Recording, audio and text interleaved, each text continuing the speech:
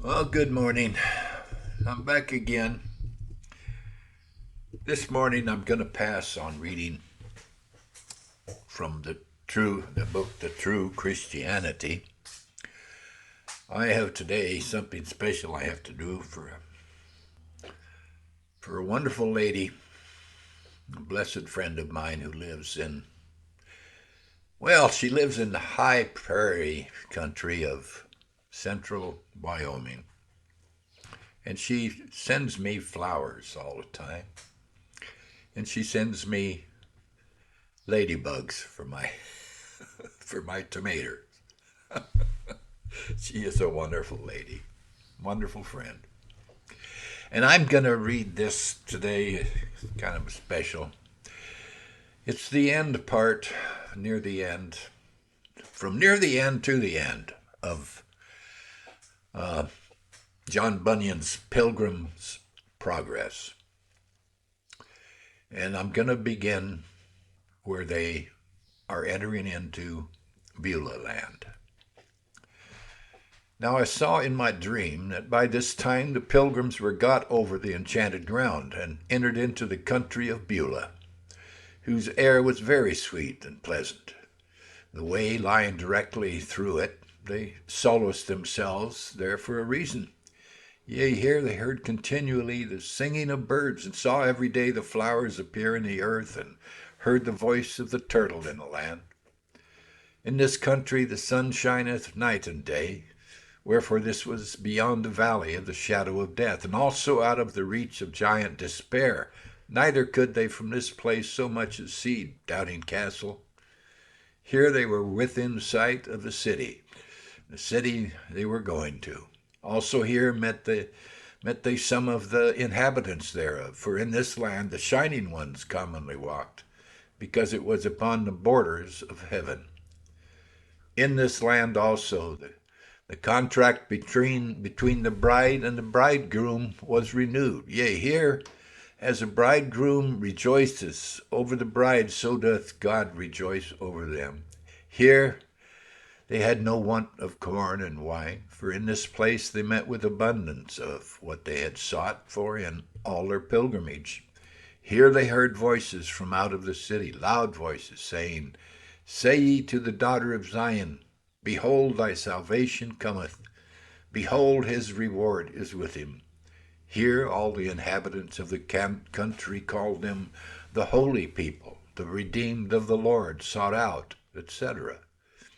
Now as they walked in this land, they had more rejoicing, and in parts more remote from the kingdom to which they were bound. And drawing near to the city, they had yet a more perfect view thereof. It was builded of pearls and precious stones. Also the streets thereof were paved with gold, so that by reason of the natural glory of the city and the reflection of the sunbeams upon it, Christian with desire fell sick. Hopeful also had a fit or two of the same disease, wherefore here they lay by it a while, crying out because of their pangs. If you see my beloved, tell him that I am sick of love. But being a little strengthened and better able to bear their sickness, they walked on their way, and they came yet nearer and nearer, where were orchards, vineyards, and gardens, and their gates opened into the highway. Now as they came up to these places, behold, a gardener stood in the way, to whom the pilgrim said, Whose goodly vineyards and gardens are these? He answered, They are the king's, and are planted here for his own delight, and also for the solace of pilgrims. So the gardener had them in the vineyards, and bid them refresh themselves with the dainties. He also showed them there the king's walks and arbors, where he delighted to be, and here they tarried and slept. Now I beheld in my dream that they talked more in their sleep at this time than ever they did in all their journey. And being in a muse thereabout, the gardener said even to me, Wherefore musest thou at the matter? It is the nature of the fruit of the grapes of these vineyards to go down so sweetly as to cause the lips of them that are asleep to speak. So I saw that when they awoke, they addressed themselves to go up to the city. But as I said, the reflection of the sun upon the city, for the city was pure gold, was so extremely glorious that they could as yet, with open face, could not behold it, but through an instrument made for that purpose. So I saw that as they went on, there met them two men in raiment that shone like gold. Also their faces shone as the light. These men asked the pilgrim whence they came, and they told them. They also asked them where they had lodged, what difficulties and dangers, what comforts and pleasures they had met with in the way, and they told them. Then said the men that met them, you have but two difficulties more to meet with, and then you are in the city. Christian then and his companion asked the men to go along with them. So they told him that they would, but said they, you must obtain it by your own faith. So I saw in my dream that they went on together till they came in sight of the gate. Crossing the river. A little more coffee here.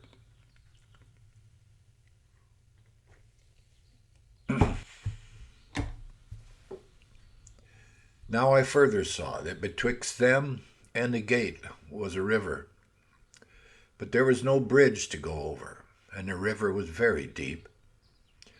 At the sight therefore of this river the pilgrims were much stunned, but the men that went with them said, you must go through, or you cannot come at the gate.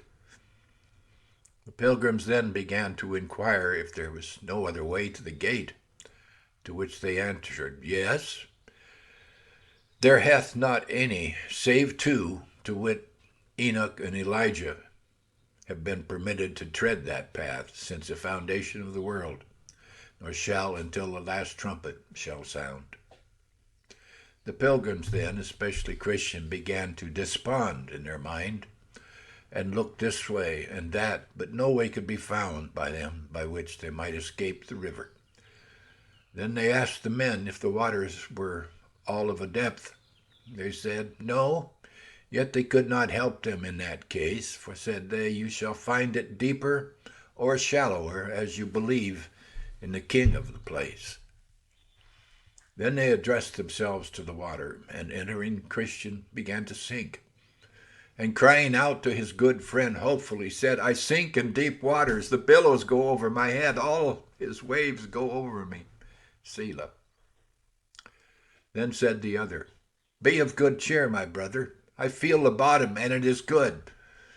Then said Christian, ah, my friend, the sorrows of death have compassed me about. I shall not see the land that flows with milk and honey. And with that a great darkness and horror fell upon Christian, so that he could not see before him. Also here he in a great measure lost his senses, so that he could neither remember nor orderly talk of any of those sweet refreshments that he had met with in the way of his pilgrimage. But all the words that he spoke still tended to discover that he had horror of mind and heart fears that he should die in that river, and never obtain entrance in at the gate. Here also, as they that stood by perceived, he was much in the troublesome thoughts of the sins that he had committed, both since and before he began to be a pilgrim. He also observed that he was troubled with apparitions of hobgoblins and evil spirits. Forever and anon he would intimate so much by words.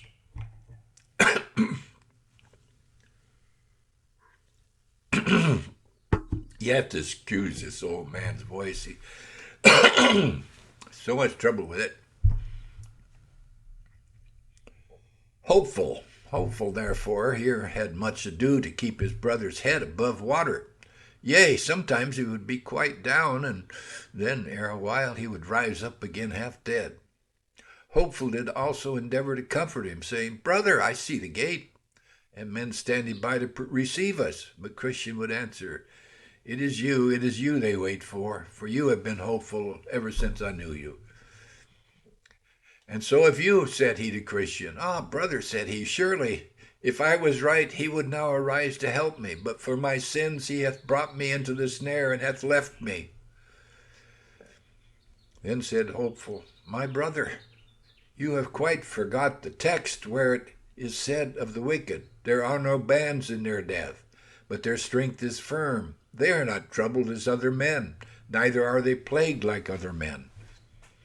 These troubles and distresses that you go through in these waters are no sign that God hath forsaken you, but are sent to try you, whether you will call to mind that which heretofore you have received of his goodness, and live upon him in your distresses. Then I saw in my dream that Christian was in a muse a while, to whom also Hopeful added these words, Be of good cheer, Jesus Christ maketh thee whole. And with that Christian brake out with a loud voice, Oh, I see him again. And he tells me, When thou passest through the waters, I will be with thee, and through the rivers they shall not overflow thee. Then they both took courage, and the enemy was after that as still as a stone until they were gone over. Christian therefore presently found ground to stand upon, and so it followed that the rest of the river was but shallow. Thus they got over. Now upon the bank of the river on the other side they saw the two shining men again, who were waiting for them. Wherefore, being come out of the river, they saluted them, saying, We are ministering spirits sent forth to minister for those that shall be the heirs of salvation. Thus they went along towards the gate. Now you must note that the city stood upon a mighty hill, but the pilgrims went up that hill with ease, because they had these two men to lead them up by the arms. They had likewise left their mortal garments behind them in the river, for though they went in with them, they came out without them. They therefore went up here with much agility and speed. Though the foundation upon which the city was framed was higher than the clouds, they therefore went up through the region of the air, sweetly talking as they went, being comforted because they safely got over the river, and had such glorious companions to attend them. The Celestial City. The talk that they had with the Shining Ones was about the glory of the place, who told him that the beauty and glory of it was inexpressible. There, said they, is Mount Zion, the heavenly Jerusalem, the innumerable company of angels and the spirits of just men made perfect. You are going now, said they, to the paradise of God, wherein you shall see the tree of life, and eat of the never-fading fruits thereof. And when you come there, you shall have white robes given you, and your walk and talk shall be every day with the King, even all the days of eternity. There you shall not see again such things as you saw when you were in the lower region of the earth, to wit, sorrow, sickness, affliction, and death. No, for the former things are passed away. You are going now to Abraham, to Isaac, and Jacob, and to the prophets, men that God hath taken away from the evil to come, and that are now resting upon their beds, each one walking in his righteousness. The men then asked, What must we do in the holy place? To whom it was answered, You must there receive the comfort of all your toil, and have joy for all your sorrow. You must reap what you have sown, even the fruit of all your prayers and tears and sufferings for the King by the way. In that place you must wear crowns of gold and enjoy the perpetual sight and vision of the Holy One. For there you shall see him as he is. There also you shall serve him continuously with praise, with shouting and thanksgiving, whom you desire to serve in the world, though with much difficulty, because of the infirmity of your flesh. There your eyes shall be delighted with seeing, and your ears with hearing the pleasant voice of the Mighty One. There you shall enjoy your friends again that are gone thither before you, and there you shall with joy receive even every one that follows into the holy place after you. There also you shall be clothed with glory and majesty, and put into an equipage fit to ride out with the King of glory, When he shall come with sound of trumpet in the clouds, as upon the wings of the wind, you shall come with him. And when he shall sit upon the throne of judgment, you shall sit by him. Yea, yea, and when he shall pass sentence upon all the workers of iniquity, let them be angels or men, you shall also have a voice in that judgment, because they were his and your enemies. Also, when he shall again return to the city, you shall go too with sound of trumpet, and be ever with him. Now while they were drawing thus towards the gate, behold, a company of the heavenly hosts came out to meet them, to whom it was said by the other two shining ones, These are the men that have loved our Lord when they were in the world, and that have left all for his holy name, and he has sent us to fetch them. And we have brought them thus far on their desired journey, that they may go in and look their Redeemer in the face with joy.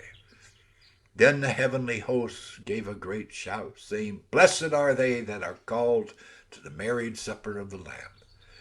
There came out also at this time to meet them several of the king's trumpeters, clothed in white and shining raiment, who with melodious noises and loud made even the heavens to echo with their sound. Those trumpeters saluted Christian and his fellow with 10,000 welcomes from the world, and this they did with shouting and sound of trumpet. This done, they compassed them round on every side. Some went before, some behind, some on the right hand, some on the left, as if it were to guard them through the upper regions, continually sounding as they went with melodious noise in notes on high, so that the very sight was to them that could behold it as if heaven itself was come down to meet them. Thus therefore they walked on together. As they walked ever and anon, these trumpeters, even with joyful sound, would by mixing their music with looks and gestures still signify to Christian and his brother how welcome they were in their company, and with what gladness they came to meet them. And now were these two men as it were in heaven, before they came to it, before swallowed up with the sight of angels and with hearing their melodious notes. Here also they had the city itself in view, and they thought they heard all the bells therein to ring, to welcome them thereto. But above all, the warm and joyful thoughts that they had about their own dwelling there with such company, and that for ever and ever, oh, by what tongue or pen can their glorious joy be expressed? Thus they came up to the gate. Now when they were come up to the gate, there was a written over it in letters of gold, Blessed are they that do his commandments, that they may have the right to the tree of life, and may enter in through the gates into the city. Then I saw in my dream that the shining men bid them call at the gate, the which when they did, some from above looked over the gate, to wit, Enoch, Moses, and Elijah, etc., to whom it was said, These pilgrims are come from the city of destruction, for the love that they bear to the king of this place. And then the pilgrims gave in to them each man his certificate, which they had received in the beginning. Those therefore were carried in unto the king, who when he had read them said, Where are the men? To whom it was answered, They are standing without the gate. The king then commanded to open the gate, that the righteous nation, said he, that keepeth the truth may enter in. Now I saw in my dream that these two men went in at the gate, and lo, as they entered, they were transfigured, and they had raiment put on that shone like gold. There were also that met them with harps and crowns, and gave to them the harps to praise withal, and the crowns in token of honor. Then I heard in my dream that all the bells in the city rang again for joy, and that it was said unto them, Enter ye into the joy of your Lord. I also heard the men themselves, that they sang with a loud voice, saying, Blessing and honor and glory and power be unto him that sitteth upon the throne, and unto the Lamb for ever and ever. Now just as the gates were opened to let in the men, I looked in after them, and behold, the city shone like the sun.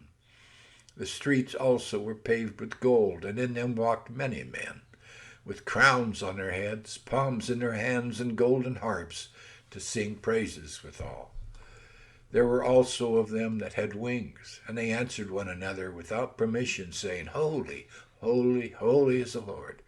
And after that they shut up the gates, which when I had seen, I wished myself among them.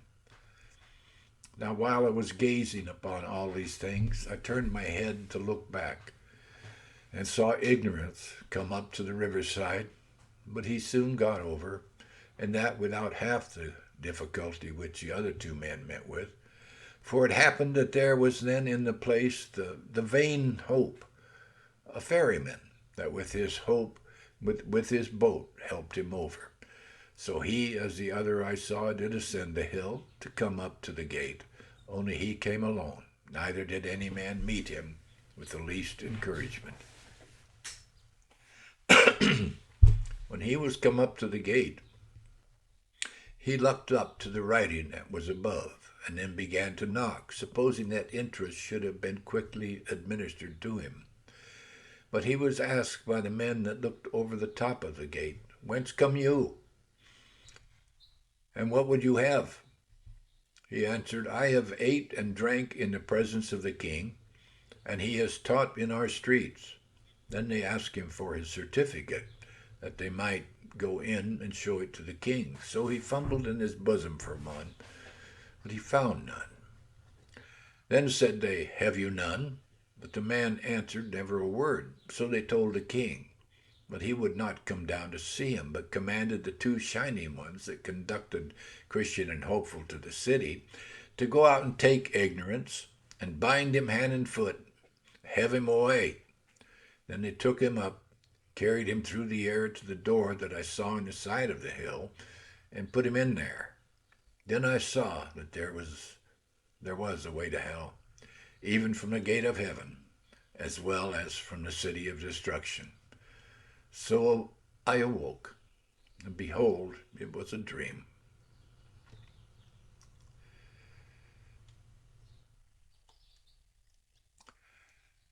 Now, we have a conclusion here. It's a poem. Now, I'm not good at reading poetry, but I'm going to read it anyway, the best I can. Now, reader, I have told my dream to thee. See if thou canst interpret it to me, or to thyself, or neighbor, but take heed of misinterpreting, for that instead of doing good will but thyself abuse.